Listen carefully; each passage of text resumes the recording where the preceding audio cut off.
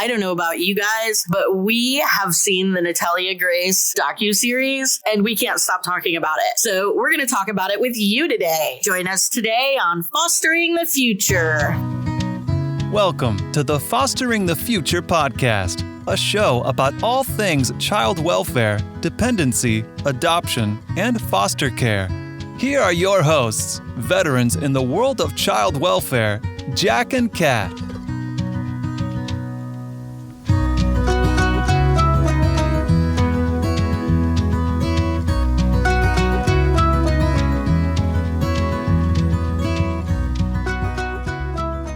We believe that every human has incredible and equal value regardless of what side of the courtroom we sit on. We hope that everyone feels welcome and accepted here on Fostering the Future.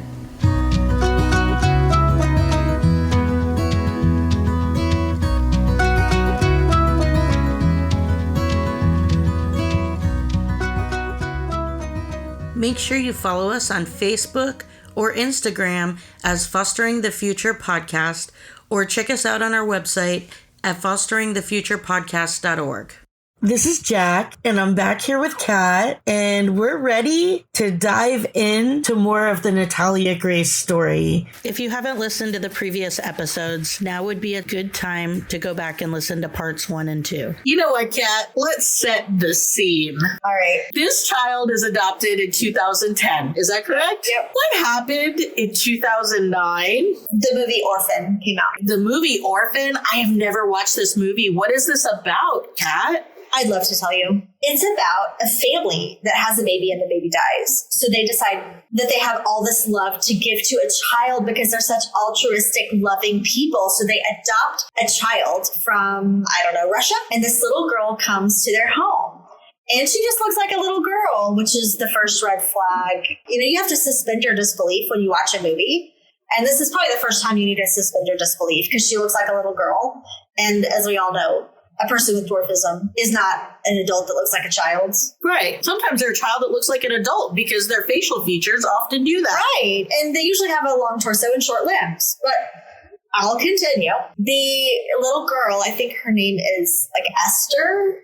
She begins to do things like poison them. She starts to cause accidents in the home. And she bonds with the father and not with the mother, which I don't think we've talked about this, but in that AMA on Reddit, he talks about how Natalia was close to him, but not with anybody else. And she starts to cause accidents in the home. So the family had another child. She tries to suffocate the child. All these accidents start happening. And they kind of blame the mother, you're not bonding with her, it's not going well. And finally, they find out that she's actually an adult who's 33 with dwarfism, who just looks like a child. I read that movie was actually based on a true story about an orphan who came from Russia, and that these things actually happened. Shut up. No, I did. I'm Googling that. You can Google it. You're right. It was inspired by a 33-year-old Czech woman who pretended to be a 13-year-old girl named Anna. You're right. Okay, but she did pretend to be a 6-year-old. Yeah. 13's a little more believable. Yeah. So this movie comes out the year before they adopt Natalia. Yes. But, they're busy raising geniuses. They probably don't watch movies. No, they are movie buffs. They're movie buffs? Yes, How do you know that they're movie buffs? Well, I read it online, so it's got to be true. It's in part of the documents of the case. It's they watch a million movies or whatever. Didn't he have a blog about movies where he listed all of his favorite movies? This movie comes out the year before they adopt Natalia. It's a girl coming from Russia, Eastern Europe, trying to hurt people. They find out she's really an adult in a child's body. Yeah. And then that's the horror movie. Very theatrical. I'm sure they were shrieking and screaming. There was probably screaming in the bathroom. The mother probably was calling out for her husband. Michael is a movie buff. He surely has seen it. There's no way you don't see a movie that's about someone adopting from a country near your kid's potential country. There's no way you don't see that. If they saw the movie and then shortly thereafter they start saying that she's doing things they're doing, it's really hard to believe that they're not pulling this from the plot of the movie. Yeah. These are all of the allegations that they made against Natalia, who at the time was 6 to 7 years old. Christine said Natalia put bleach in Christine's coffee. She said she put Windex in Christine's coffee. Michael said Natalia put Pine Sol in Christine's coffee. Christine said she saw Natalia attack a baby boy on a baby monitor. She said Natalia was jumping out of moving cars. She said Natalia dragged her into an electric fence. She said Natalia came after Christine with a butcher knife. She said that Natalia was diagnosed as a psychopath and a sociopath. Christine said Natalia was hearing voices. Michael and Christine said Natalia had schizophrenia. So sociopath, psychopath, and schizophrenia now. Schizophrenia is also not diagnosable. Right. Christine said Natalia was smearing bodily fluids on the walls. Michael and Christine said Natalia stood over them holding sharp objects while they were sleeping. Michael said Natalia told them she was trying to kill them. They both said Natalia would make statements and draw pictures saying she wanted to kill family members, roll them up in a blanket and put them in the backyard. Michael said Natalia put clear thumbtacks on their stairs. Michael said Natalia smeared blood on their mirrors. Michael said Natalia threw their son's toys and homework in the highway to make them run out and get hit by a car. Why were they by the highway? Who was letting the kids play by the highway without... Michael and Christine said Natalia had pubic hair, and they said Natalia had a menstrual cycle and hid the clothing in her closet. Did they bother to get any tests or hormone profiles done to prove this claim, since they worked so hard to make proof on their camera? They also claimed that they had a person speak Ukrainian to Natalia and she did not understand the language. Zero evidence has been provided to support any of these claims. I don't know if you noticed, but everything is Michael said, Christine said, Michael said, Christine said, not the neighbor said, not the friend said, not the teacher said. It's all coming from the two of them. None of the teachers have made any claims except that she seems to be a young child. Like the Manns haven't made any claims. The neighbors haven't made any claims. The neighbors at the apartment have said that she just had like inappropriate social behavior, which I feel like is very appropriate for a small child who lives alone. She doesn't have appropriate social development. She was 8 years old. Everything could be explained by her age and her trauma. Right. So if the premise of all of these allegations sound familiar, it's because it's virtually the exact plot of the Orphan movie. Right. If it were true that they lied about all of these allegations, it's awfully coincidental that the movie Orphan came out right before then. Yeah.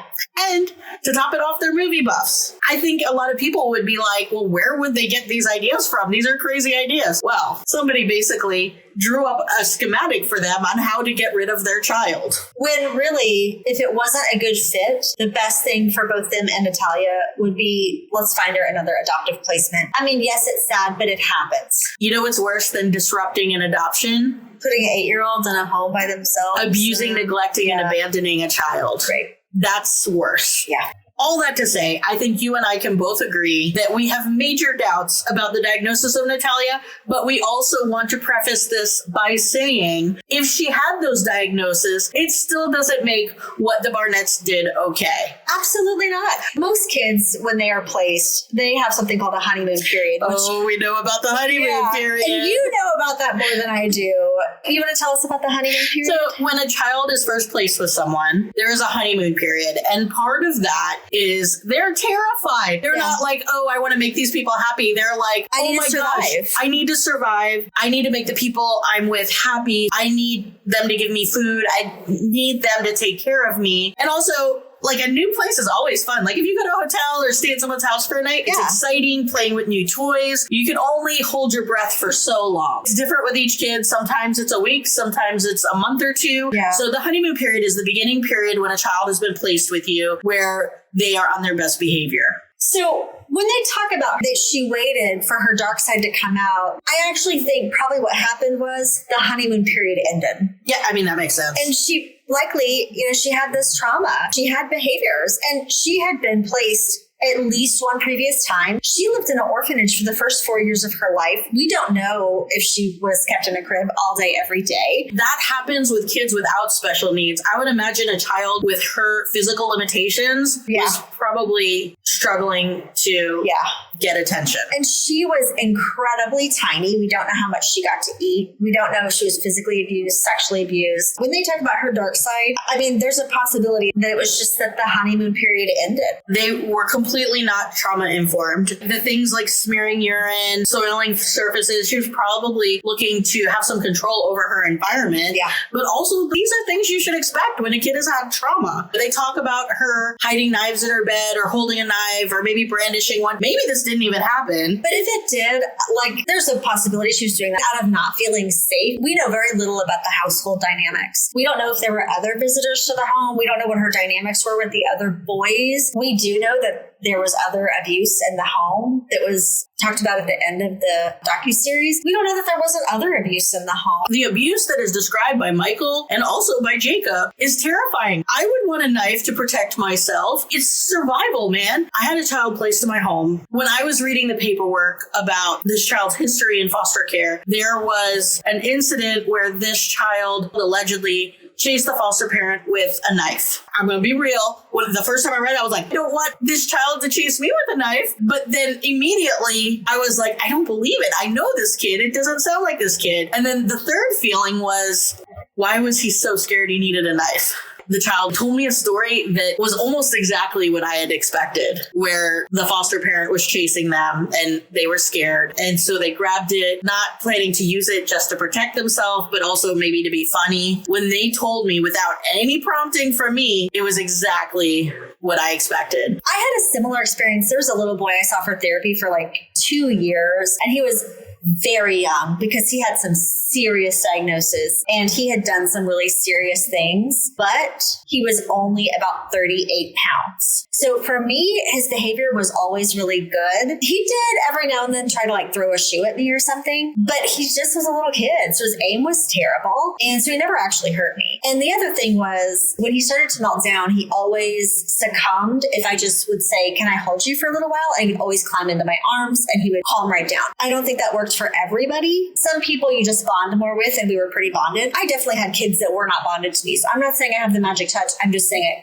he and I were pretty tight. His teachers would say things like that. They would say like he tried to choke me with his bare hands. And I'd be thinking like he'd been on ADHD meds since he was like 3. He was so little, like pants like fell off of him. So he was going into kindergarten and we'd have these meetings and they'd be complaining about how aggressive he was. And with the other kids, yes. But when they'd complain about how aggressive he was with the teachers, I'd be like, why don't you just pick him up and move him? Like he cannot hurt you.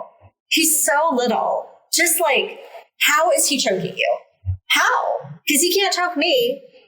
And I'm like 5'3". He's 38 pounds. I think that when adults don't know how to manage a child's behavior and when it triggers them in their own issues, their immediate response is to make the child seem scary because that's the only way you can explain it. When the child is little like that, it doesn't make sense. With Natalia, the allegations are that she is trying to hurt adults. I think there was a knife allegation, but not that she hurt a child with a knife, that she like threatened. But the only allegation was that she was like farting on Ethan. Yeah. And that normal kid behavior. Right. And that she kept trying to touch him with her hands when she had like pee on her hands or something. Right. Also no surprise. Right. Even if she did everything that they said she did, I don't believe the list of things that they have listed about her would equate to such a diagnosis, even if those diagnoses existed for that age. Just to throw this into the equation here, there are some red flags that make me wonder if anybody has considered if the mom has Munchausen's by proxy. Like, is that something I wonder that anybody has considered? Her first child is diagnosed with autism. Now, we see here in 2011 that Jacob, the oldest child, mentions that his brother Ethan may have autism. He says that his brother's auditing college classes at 8 years old, and someone comments, interesting, does he also have Asperger's? And Jacob responds, he's not officially clinically diagnosed, but he nails just about every symptom to look for. We treat him as he is. The oldest one has a diagnosis. The dad at some point says he's diagnosed with autism. Her second baby, Wesley, is diagnosed, I see 2 different diagnoses. One says reflex sympathetic dystrophy, a neurological disorder that can affect every system in the body. It's a chronic pain condition resulting from an injury or nerve damage. I've also heard that he was diagnosed with complex regional pain syndrome. She allegedly had lupus. She allegedly had a stroke.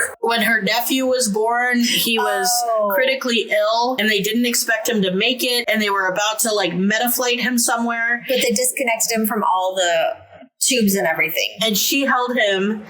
Was this in her book or in a speech somewhere? Yeah. And she said something along the lines of, my love for him healed him. And then he started breathing on his own. He started breathing normally because of her. It's just interesting that there's so many of these diseases in the same family. And a few of them can often be a red flag for Munchausen. Right. I do think that there is like a subgroup of children that are sometimes diagnosed with autism when really they do have a high IQ. I do think that toddlers, and this is my own personal, I'm not saying this is like a professional, I believe that toddlers often do one thing at a time. A lot of toddlers hyper-focus on, like, let's say language or motor skills. And when they're so focused on walking, they sometimes don't do a lot of talking. Or when they're so focused on talking, they sometimes don't do a lot of walking. And that's exactly what I'm going through right now with Microjack. Microjack is like a little behind on the language side of things, but when I've inquired about it, I'm being told, well, he's focusing on his physical mobility right now, and he'll catch up with the language. That tends to be what they do, but I feel like these really, really smart kids, they are so in love with like decoding their world that they don't come up for air very often and interact socially. And because of that, I feel like they tend to get those premature autism diagnoses that tend to get ruled out when they hit them. And you do have some Asperger's, which it's no longer in the DSM, but we still recognize, a lot of people still recognize it. There is this like clinical recognition of a person who's just really bright, and maybe their social skills aren't the same as another person, but they still interact in their worlds without any deficiencies. Like the guy from The Big Bang Theory. I think the show's creators have said he's not autistic, he's just very smart. That's possibly what's happening with Jacob, and maybe that's what's happening with Ethan. I have no idea. I have a hard time believing Michael has an incredibly high IQ. No, I do think something's wrong with him, and I don't think it's autism. I don't know what it is. I don't know if she's got fictitious disorder by proxy, but I do know I think whatever's going on with her, I think she has a lot of needs. It's like she seems to really need her children to meet her needs. Natalia seemed to get in the way of that. It just makes me question Christine's role in having these, I want to call them fictitious diagnoses, because they're not in the DSM, right? And they don't apply to children. You know, we get into, Michael Barnett is describing the typical behavior of a child. She's seeking attention and she's seeking control in her environment.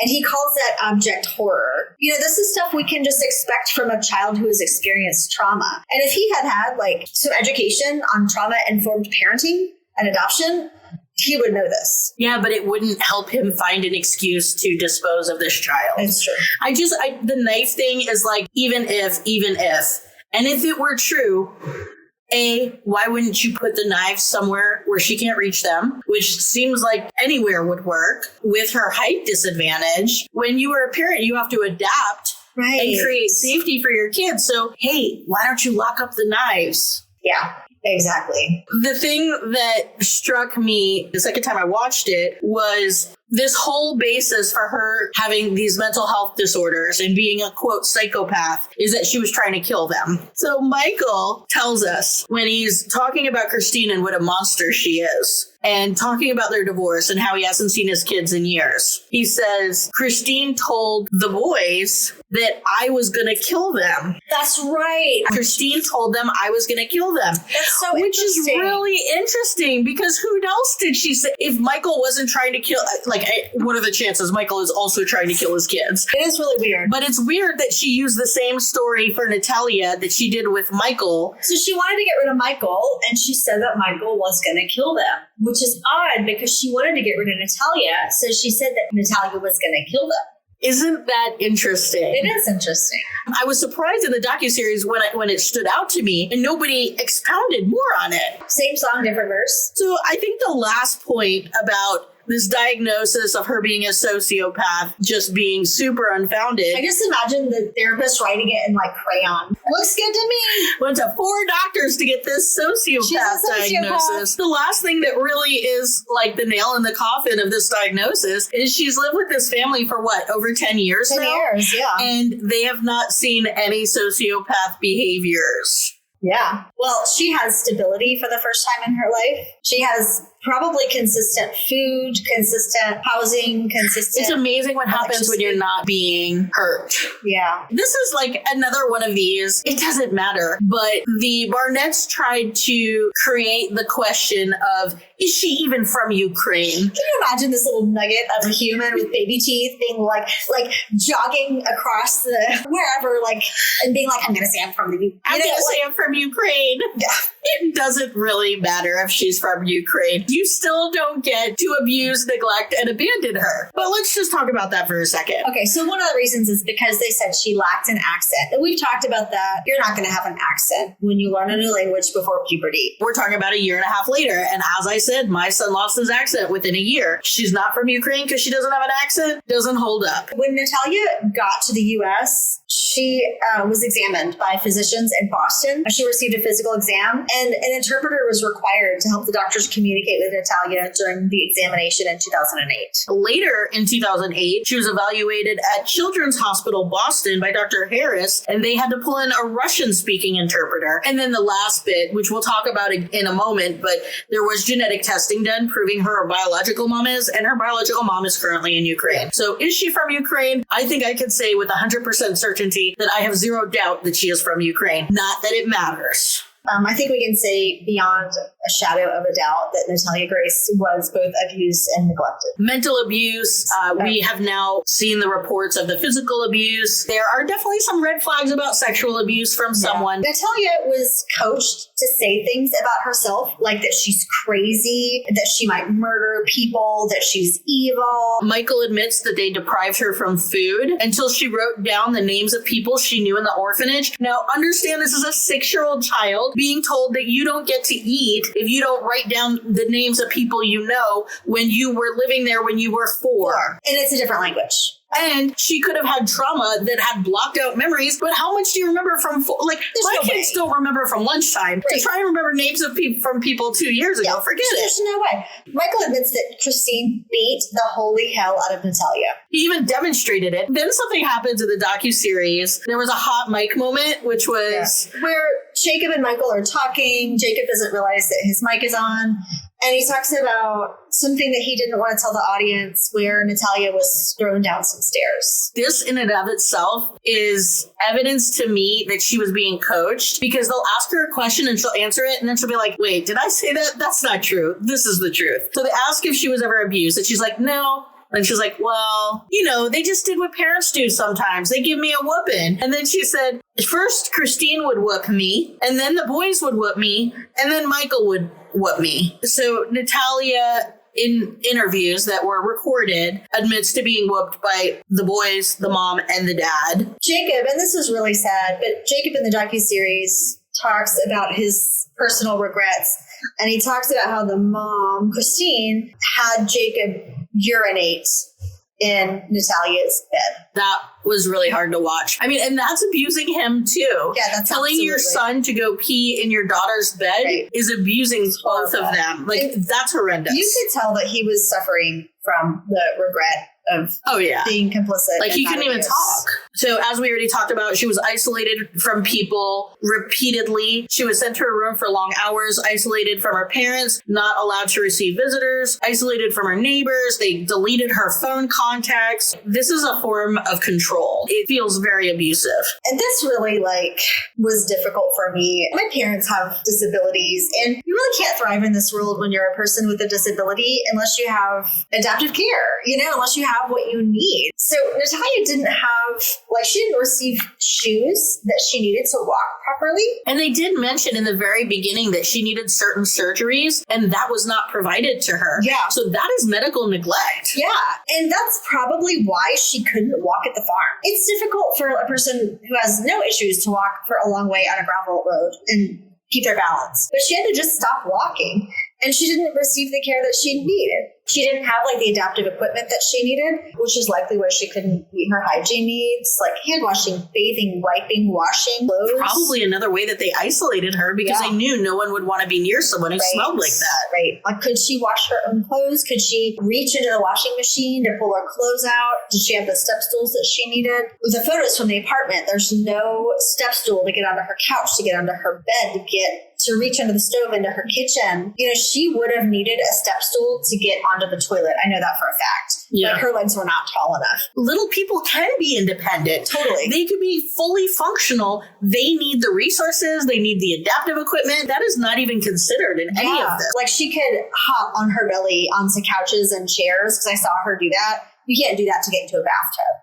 How could she bathe? She was isolated. She was hungry. She had no toys. She was no longer enrolled in primary school. But you know what? It's all okay because she's 22 now. Her social needs were definitely not met. She was not developing socially, which is what likely, in my belief, why she was bothering her neighbors. Right. She didn't know to respect someone's boundaries, I think. She didn't know to not walk into someone's house. If you're not taught those skills, then you don't know that. When you are parenting a child from trauma, this is sometimes more important than meeting their basic needs, is meeting their trauma needs. And I can tell you with full confidence, she was not receiving consistent trauma therapy from a trauma therapist. There's no way, because she wouldn't be getting these diagnoses, right? First of all, they didn't care. We know that they didn't care. They demonstrated no care, but and they would have talked about it. They were seeking out a doctor to provide what they were looking for, is what it looks like to me, but I could be wrong. So it was definitely abusive when Christine told Jacob to urinate on Natalia's bed. There was also the accusation that we talked about where she was kicked down the stairs. There's a couple hints and red flags that make you wonder about sexual abuse. Obviously, we talked about the blood in the underwear, which could have been a symptom of that. Inappropriate sexual language and behavior. And the other thing that was a little off to me was how all of the neighbors at that first apartment